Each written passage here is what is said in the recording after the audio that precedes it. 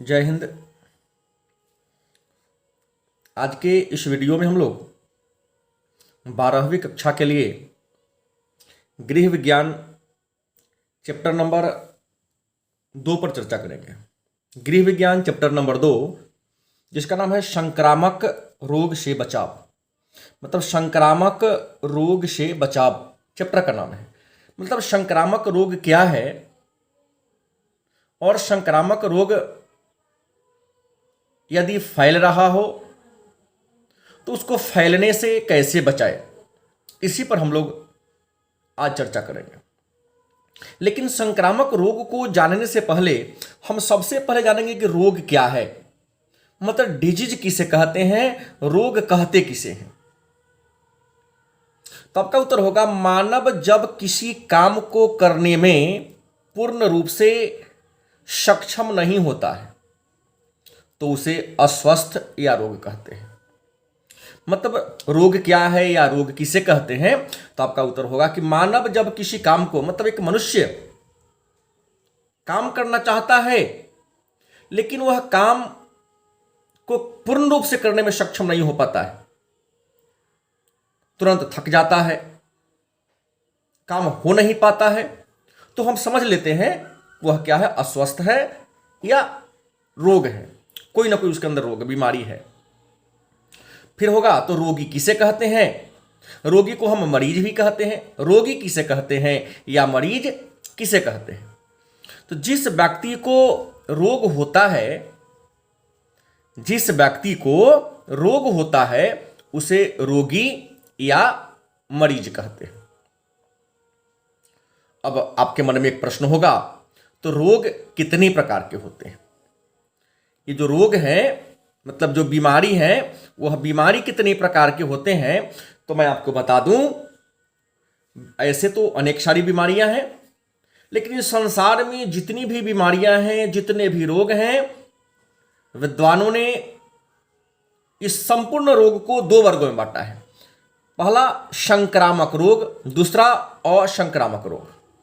मतलब बीमारी के कितने वर्ग हैं, तो आपको बता दें, बीमारी 2 प्रकार के होते हैं। पहला संक्रामक रोग, दूसरा असंक्रामक रोग।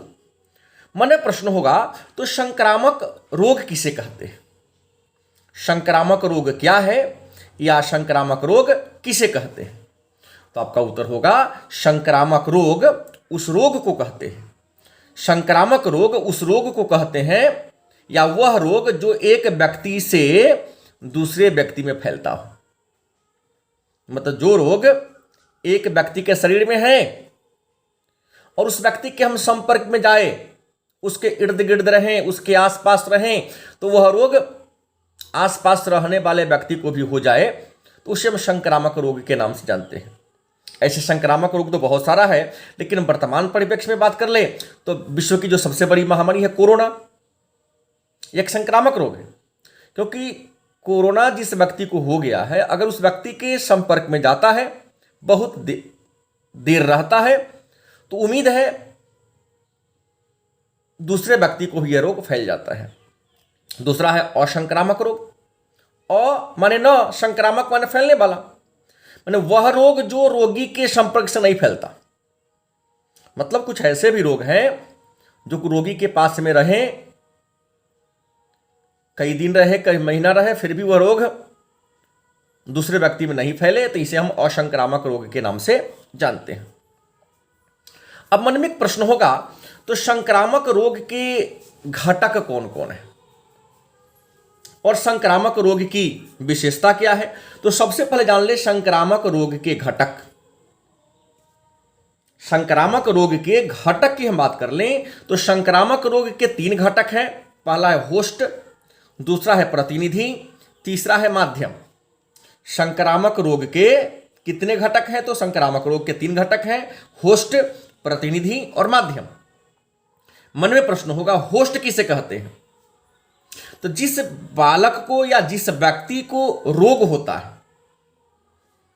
मतलब रोग जिस बालक को होता है या जिस व्यक्ति को होता है, तो जिस व्यक्ति को रोग होता है उसे हम होस्ट कहते हैं। मतलब जिसके शरीर में रोग होता है उस व्यक्ति को क्या कहेंगे, होस्ट। दूसरा प्रतिनिधि, तो कोई रोग किसी न किसी के द्वारा फैलता है। रोग, कोई भी रोग हो, वह किसी न किसी के द्वारा फैलता है, चाहे वह जीवाणु के द्वारा फैले, विषाणु के द्वारा फैले, कृमि के द्वारा फैले। तो जो जीवाणु, विषाणु या कृमि के द्वारा रोग फैलता है उसको हम प्रतिनिधि कहते हैं। मतलब एक व्यक्ति के शरीर में जिसके माध्यम से रोग जाता है, जिसके द्वारा रोग जाता है, उसको हम प्रतिनिधि कहेंगे। और माध्यम, एक व्यक्ति के शरीर से दूसरे व्यक्ति के शरीर में रोग जिस तरीके से पहुंचता है उसको हम माध्यम कहते हैं। तो रोग फैलता कैसे? तो वायु से फैलता होगा, जल से फैलता होगा, या दूषित भोजन से फैलता है। तो संक्रामक रोग के 3 घटक है, नाम है होस्ट, प्रतिनिधि और माध्यम। तो अगला प्रश्न है, संक्रामक रोग की विशेषता क्या है? प्रश्न है, तो संक्रामक रोग की विशेषता क्या है? तो आपको बता दें, संक्रामक रोग की कई विशेषता है। नंबर 1, संक्रमित व्यक्ति के पास रहने से फैलता है। संक्रामक रोग, एक प्रश्न पूछे आपसे कि संक्रामक रोग की क्या विशेषता है, तो आपका उत्तर होगा कि संक्रामक रोग की प्रमुख विशेषताएं निम्नलिखित हैं, या संक्रामक रोग की अनेक सारी विशेषताएं हैं जो इस प्रकार हैं। नंबर 1 में लिखेंगे, संक्रमित व्यक्ति के पास रहने से यह रोग फैलता है। दूसरा, इसकी एक निश्चित अवधि होती है। मतलब संक्रामक रोग की भी एक अवधि होती है, अवधि पूरा हो जाने के बाद उस रोग का प्रभाव स्वतः खत्म हो जाता है। रोग उस रोगी को छोड़कर भाग जाता है। तो इसकी एक निश्चित अवधि होती है, निश्चित अवधि से देर तक नहीं रह सकता है। तीसरा, यह एक व्यक्ति को एक बार ही प्रभावित करता है। मतलब यदि संक्रामक रोग किसी व्यक्ति को पकड़ ले एक बार और वह व्यक्ति ठीक हो जाता है, अगर एक बार संक्रामक रोग किसी व्यक्ति को हो जाए और वह व्यक्ति अगर रोग से ठीक हो जाता है, तो उस रोग से वह व्यक्ति दूसरी बार प्रभावित नहीं हो सकता है। मन में क्या ऐसा प्रश्न होगा, आखिर क्यों कि एक बार व्यक्ति को रोग हो जाए तो दोबारा प्रभावित नहीं होगा? इसके पीछे कारण यह है कि एक बार जब रोग हो जाता है और रोगी जब स्वतः ठीक हो जाता है तो उसके शरीर में एक एंटीबॉडी का निर्माण हो जाता है। उस रोग से लड़ने के लिए एक सुरक्षा कवच, एंटीबॉडी का निर्माण हो जाता है, इसलिए वह रोग दोबारा नहीं होता है। तो संक्रामक रोग की 3 विशेषता हैं। पहला, संक्रमित व्यक्ति के पास रहने से फैलता है, इसकी एक निश्चित अवधि होती है, परंतु इसके बाद वह समाप्त हो जाता है। यह एक व्यक्ति को एक बार ही प्रभावित करता है। एक छोटा सा और टॉपिक है, कुछ ऐसे रोग हैं जो केवल बच्चों को होता है, कुछ ऐसे भी रोग हैं जो केवल बच्चों को होता है। तो पूछता है, कई बार 2 नंबर में प्रश्न पूछा गया है कि बाल्यावस्था में, मतलब बाल्यावस्था मतलब बचपन की अवस्था में होने वाले कुछ रोग का नाम लिखे, या बाल्यावस्था के कुछ रोग का नाम लिखे।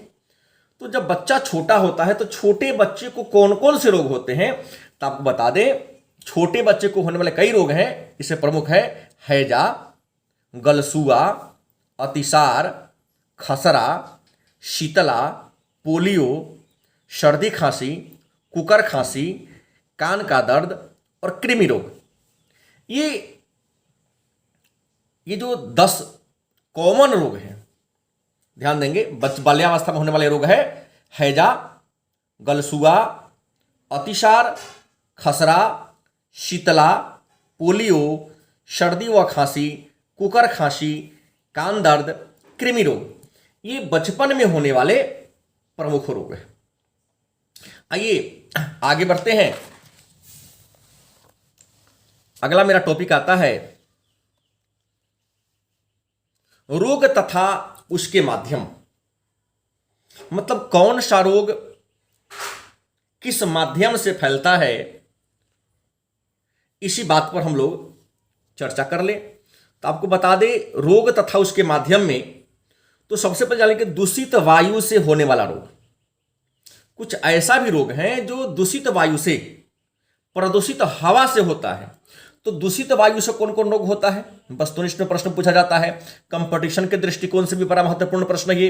तो दूषित वायु से होने वाला रोग है क्षय रोग, मतलब टीबी, काली खांसी, शीत ज्वार, खसरा और शीतला।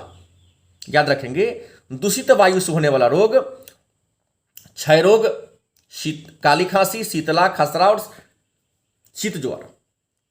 दूसरा है प्रदूषित भोजन से मतलब बहुत देर का बना हुआ खाना आप खाते हैं, बिना ढका हुआ खाना खाते हैं, तो जो भोजन जो ढका हुआ नहीं हो या कल बना दिए आज खा रहे हैं तो उसमें जीवाणु विषाणु पनप जाते हैं, उत्पन्न हो जाते हैं, तो दूषित वह भोजन हो जाता है। तो दूषित भोजन से होने वाला रोग कौन है? तो हैजा, पीलिया, पोलियो, अतिसार, पेचिस। मतलब हैजा, पीलिया, पोलियो, अतिसार, पेचिस ये दूषित भोजन से होने वाला रोग है। इसके अलावा हम बात कर लें तो प्रदूषित मिट्टी से भी कुछ रोग होते हैं, जैसे टिटनेस और कृमि रोग। टिटेनस और कृमि रोग प्रदूषित मिट्टी से होने वाला रोग है। इसके अलावा मलेरिया और फाइलेरिया यह जीवाणु विषाणु और कीटाणु के प्रभाव से होता है रोग। मलेरिया और फाइलेरिया जीवाणु विषाणु और कीटाणु के प्रभाव से होता है। उसके बाद संपर्क के द्वारा, मतलब एक व्यक्ति के शरीर में वह रोग पहले से है, उस व्यक्ति के संपर्क में जाते हैं तो वह रोग आप में होने की संभावना हो जाएगी, जैसे डिप्थीरिया, खुजली, दाद खांस। मान जिसको खौंसी ग्रामीण क्षेत्र में कहा जाता है, तो खुजली, दाद, खाज और डिप्थीरिया रोगी के संपर्क में जाएंगे, उसके शरीर के में अपने शरीर को स्पर्श कराएंगे तो ज्यादा संभावना है कि वह रोग आपको भी पकड़ लेगा। अगला प्रश्न है, तो रोग का नाम और रोगाणु। रोग का नाम और रोगाणु मतलब कौन सा रोग कैसे फैलता है, किस जीवाणु या विषाणु से फैलता है, इसी के बारे में जान लेना है। तो सबसे पहला क्षय रोग, जिसको टीबी भी कहते हैं, तपेदिक भी कहते हैं, यह ट्यूब किल बैसिलस नामक जीवाणु से फैलता है। ट्यूबकिल बैसिलस नामक जीवाणु से क्षय रोग या टीबी रोग होता है। डिप्थीरिया की बात करें तो कोरिनोबैक्टीरिया, डिप्थीरिया जो रोग है वह कोरिनोबैक्टीरिया नामक जीवाणु से फैलता है। काली खांसी तो बैसिलस परट्यूसिस, काली खांसी जो रोग है वह बैसिलस परट्यूसिस नामक जीवाणु से फैलता है। टेटनस की बात करें तो टेटनस बैसिलस, टेटनस रोग टेटनस बैसिलस नामक जीवाणु से होता है। इसके अलावा हम पोलियो की बात कर ले तो विषाणु से होने वाला रोग है। पोलियो विषाणु जनित रोग है, मतलब यह विषाणु से होता है। उसके बाद खसरा की बात करें तो खसरा भी विषाणु से होता है। और हैजा विब्रियो कोमा नामक जीवाणु से फैलता है। हैजा विब्रियो कोमा नामक जीवाणु से होता है। और अतिसार, अतिसार जो रोग है वह जीवाणु से होने वाला रोग है। आगे चर्चा करें तो रोध क्षमता क्या है। अगला जो टॉपिक मेरे सामने आया उसका नाम है रोध क्षमता क्या है, या रोध क्षमता से आप क्या समझते हैं। रोध क्षमता क्या है या रोध क्षमता से आप क्या समझते हैं। तो व्यक्ति के अंदर रोग से लड़ने की क्षमता को, मतलब हर इंसान में, हर व्यक्ति में ईश्वर ने विभिन्न प्रकार के रोगों से लड़ने के लिए एक क्षमता प्रदान किया है, एक ताकत प्रदान किया है। तो व्यक्ति के अंदर विभिन्न प्रकार के रोगों से लड़ने के लिए प्रकृति ने जो क्षमता दिया है उसी क्षमता को हम रोध क्षमता के नाम से जानते हैं। अब मन में प्रश्न होगा तो रोध क्षमता के कितने प्रकार होंगे, तो आपको बता दें रोध क्षमता दो प्रकार के होते हैं। रोध क्षमता दो प्रकार के होते हैं। पहला प्राकृतिक या जन्मजात रोध क्षमता। रोध क्षमता के दो प्रकार हैं, पहला प्राकृतिक या जन्मजात रोध क्षमता, दूसरा कृत्रिम या उपार्जित रोध क्षमता। मन में प्रश्न होगा तो प्राकृतिक या जन्मजात रोध क्षमता किसे कहते हैं। तो प्राकृतिक रोध क्षमता उस रोध क्षमता को कहते हैं, मतलब प्राकृतिक रोध क्षमता यह क्षमता एक व्यक्ति के शरीर में जन्मजात होता है। मतलब ईश्वर ने हर मनुष्य के शरीर में, हर व्यक्ति के शरीर में एक विशेष प्रकार का गुण दिया है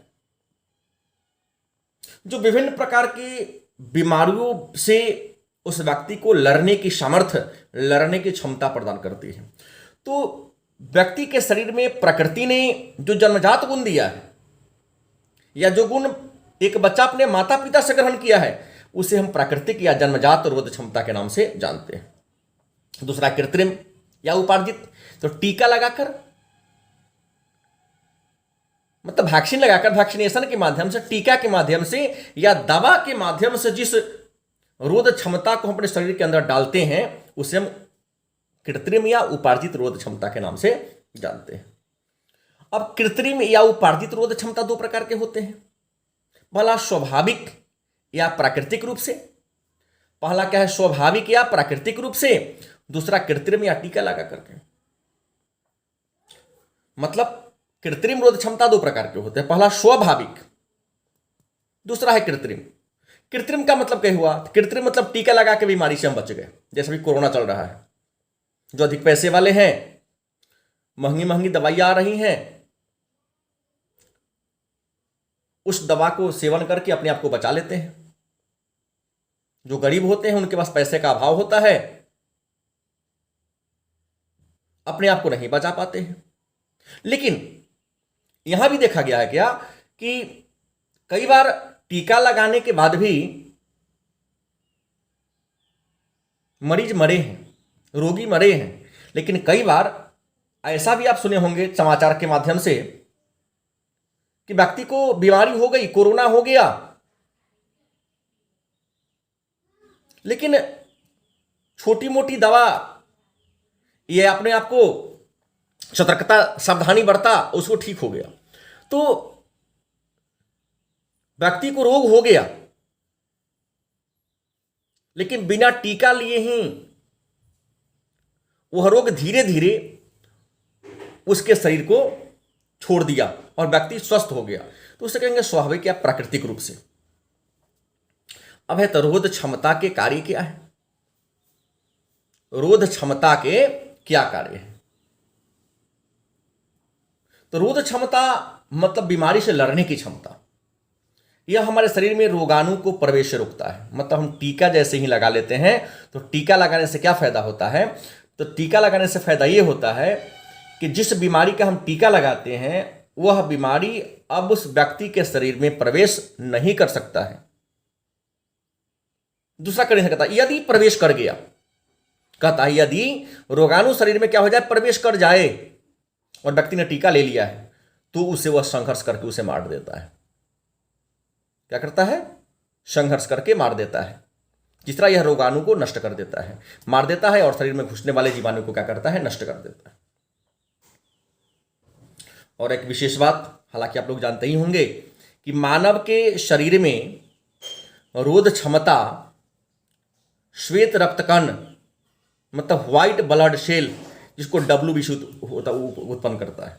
मतलब यदि आपके शरीर में WBC की मात्रा जितनी होनी चाहिए उतना मौजूद है, तो कोई भी बीमारी आपके शरीर को जल्द प्रभावित नहीं कर सकता है। अब मन में एक प्रश्न होगा कि सर आखिर रोध क्षमता को बढ़ाने के लिए हमें क्या करना चाहिए, हम क्या करें, कौन सा उपाय करें कि हमारे शरीर में जल्दी किसी खतरनाक जीवाणु या विषाणु का प्रवेश न हो। तो सबसे पहली बात तो जान ले कि एक बात पहले पाठ में हमने पढ़ाया था, और एक बात जान भी ले कि जो बच्चा जन्म के बाद अपने माता का दूध का ज्यादा सेवन किया हो या माता का पहला दूध पिया हो, या यूं कहें कि जो बच्चा कम से कम 4-5 साल तक अपने मां के स्तन से दूध पिया हो, उसे कोई रोग जल्दी प्रभावित नहीं कर सकता है, क्योंकि मां के दूध में विभिन्न प्रकार के रोग से लड़ने की समर्थ होती है। दूसरा, रोग क्षमता को बढ़ाने के लिए संतुलित और पौष्टिक आहार लेना चाहिए, क्योंकि यदि आपका आहार संतुलित है, मतलब आपके भोजन में जितना खनिज, लवण, वसा, विटामिन वगैरह होनी चाहिए, यदि उस प्रचुर मात्रा में उपलब्ध है, तो आप रोग से प्रभावित नहीं हो सकते। तो रोग क्षमता को बढ़ाने के लिए संतुलित और पौष्टिक आहार लेना चाहिए। अब अगला टॉपिक है, तो स्तनपान की उपयोगिता बताइए। मतलब स्तनपान से क्या लाभ है, स्तनपान से क्या फायदा है। बच्चा यदि अपने माँ का दूध लगातार पी रहा हो, तो बच्चा यदि माँ का दूध पीता है तो उससे क्या फायदा होता है, माँ के दूध पिलाने से क्या फायदा होता है। तो आपको बता दें, स्तनपान की उपयोगिता को लिखें, मतलब स्तनपान की क्या उपयोगिता है। तो आपको बता दें, स्तनपान से माता और शिशु दोनों को आनंद मिलता है। स्तनपान से माता को भी आनंद मिलता है, बच्चे को भी आनंद मिलता है। दूसरी बात, कई प्रकार के रोग मां को भी नहीं हो पाता है और बच्चे के मस्तिष्क का विकास तेज गति से होता है, क्योंकि स्तनपान करते समय बच्चा जब स्तन को चूसता है तो उसके मस्तिष्क में जो नस होते हैं, और नस जो होते हैं, जो वेन्स होते हैं, वो टाइट होता है, तनाव महसूस करता है, और जो जहां तहां जमा हुआ है, दबा कुचला हुआ है, वह सब सक्रिय हो जाता है। दूसरा, स्तनपान से शिशु में रोध क्षमता का विकास होता है। तीसरा, माता का दूध स्वच्छ होता है, स्वस्थ भी होता है और भावनात्मक सुरक्षा प्रदान करता है। यह सबसे बड़ी बात है, माता का दूध बच्चा को भावनात्मक सुरक्षा प्रदान करता है। और एक वैज्ञानिकों का अनुमान है कि जो बच्चा अपने मां का दूध पिया हो, यदि बच्चा को लगातार उसके मां का ही दूध पिलाया जाए तो बाल मृत्यु दर या शिशु मृत्यु दर में 13% की कमी आ जाती है। मां का स्तनपान करने से 13% की मृत्यु दर में कमी आती है। और माता के दूध में पाए जाने वाला जो प्रोटीन होता है, माता के दूध में जो प्रोटीन होता है उसको हम कहते हैं लैक्टो एल्ब्यूमिन। मोस्ट भी आई है, माता के दूध में जो प्रोटीन होता है उसको हम लैक्टो एल्ब्यूमिन के नाम से जानते हैं। यह शिशु के पाचन तंत्र को, मतलब भोजन के पचाने की क्षमता को ठीक करता है। तो आइए आगे चर्चा करें कुछ रोग और रोग के लक्षण के बारे में। हालांकि बहुत सारे रोग हैं, 4-5 के बारे में चर्चा करते हैं। पहला 2 नंबर में पूछा जाता है कई बार प्रश्न को कि क्षय रोग, तपेदिक अथवा टीबी रोग के बारे में आप क्या जानते हैं। पूछ देगा कि क्षय रोग के बारे में क्या जानते हैं, 2 नंबर का प्रश्न है। आप लिखेंगे यह वायु के द्वारा फैलने वाला रोग है। जो टीबी रोग है यह वायु के द्वारा फैलने वाला रोग है। यह रोग ट्यूबिकिल बैसिलस जीवाणु से फैलता है। और जो टीबी रोग है मानव के शरीर के सभी अंगों को प्रभावित करता है, लेकिन विशेष रूप से फेफड़ा, आंत और रीढ़ की हड्डी को प्रभावित करता है। और टीबी के लक्षण क्या है, तो वजन कम होना, तेजी से फसलियों का चलना, कमजोरी होना, बुखार लगना, खांसी होना।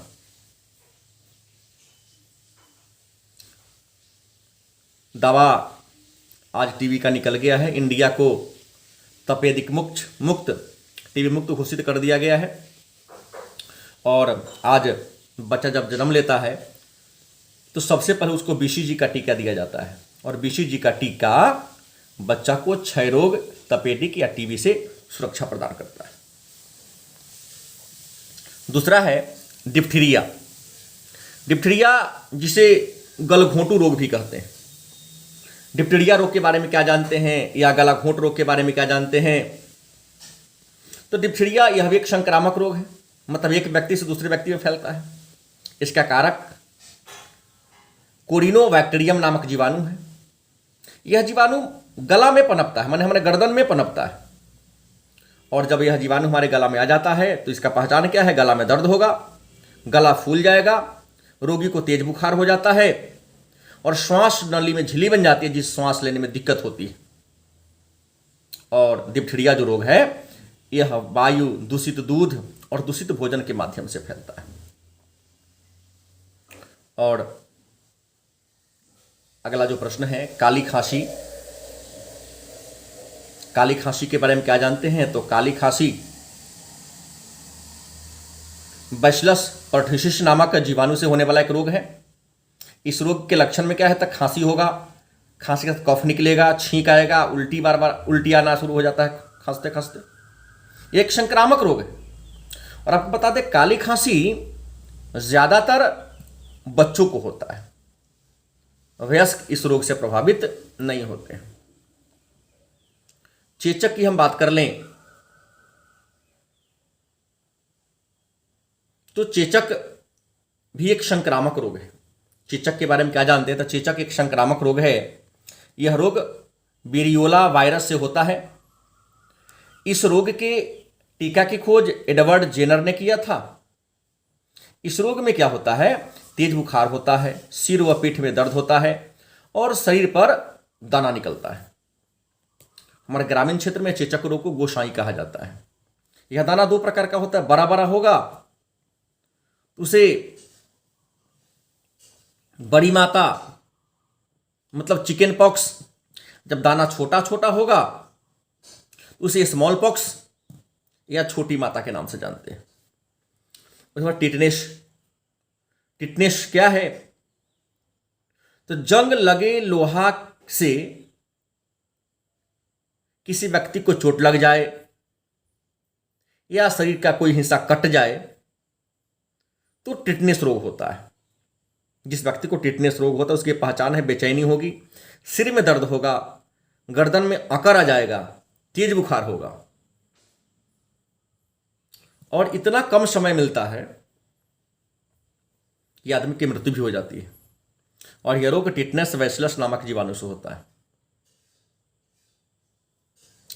अगला है खसरा।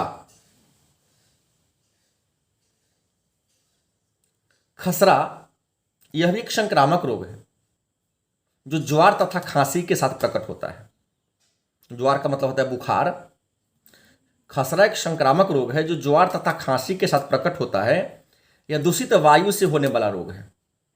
यह दूषित वायु से होने वाला रोग है। इस रोग में खांसी, जुकाम, ज्वार जैसे लक्षण देखने को मिलता है। और अगला है पोलियो। उसके बाद है हैजा। हम पोलियो की बात कर लें तो यह विषाणु जनित रोग है। पोलियो क्या है? तो विषाणु से होने वाला रोग है। पोलियो के लक्षण क्या होता है? तो ज्वार माने बुखार होगा, उल्टी होगा, सिर दर्द होगा, अतिसार मतलब पेट झरना और अपंगता, ऐसे लक्षण दिखाई देते हैं।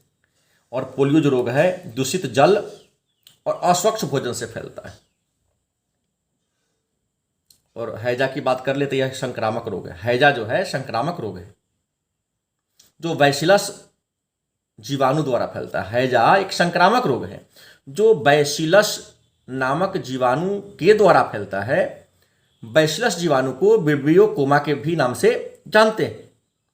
और हैजा के लक्षण क्या है? तो उल्टी होना, दस्त, पतला होना मतलब लैट्रिन बहुत पानी जैसा पतला हो जाएगा, पेट में दर्द होगा, आंख में पीलापन हो जाएगा, शरीर में पानी की कमी हो जाएगी। ये इसके लक्षण हैं। और आज का जो अंतिम टॉपिक है चैप्टर नंबर 2 का, निर्जलीकरण क्या है? निर्जलीकरण क्या है या निर्जलीकरण से आप क्या समझते हैं? तो जब शरीर में आवश्यक जल की कमी हो जाए, मतलब हमारे शरीर में जितना जल की मात्रा होनी चाहिए, पानी की मात्रा जितनी होनी चाहिए, यदि जल की मात्रा उससे कम हो जाए तो इसे ही निर्जलीकरण या डिहाइड्रेशन कहते हैं। मतलब मानव के शरीर में जितना जल चाहिए, जितना पानी चाहिए, यदि जल की मात्रा, पानी की मात्रा उतना से क्या हो जाए, कम हो जाए, नीचे लेवल पर आ जाए, तो इसी को हम निर्जलीकरण या डिहाइड्रेशन के नाम से जानते हैं। और 2-3 रोग के टीका के बारे में हालांकि आप लोग जानते ही हैं। जो कॉमन है उसके बारे में चर्चा कर दिया हूं। बाकी तो रोग के नाम से ही टीका का नाम है।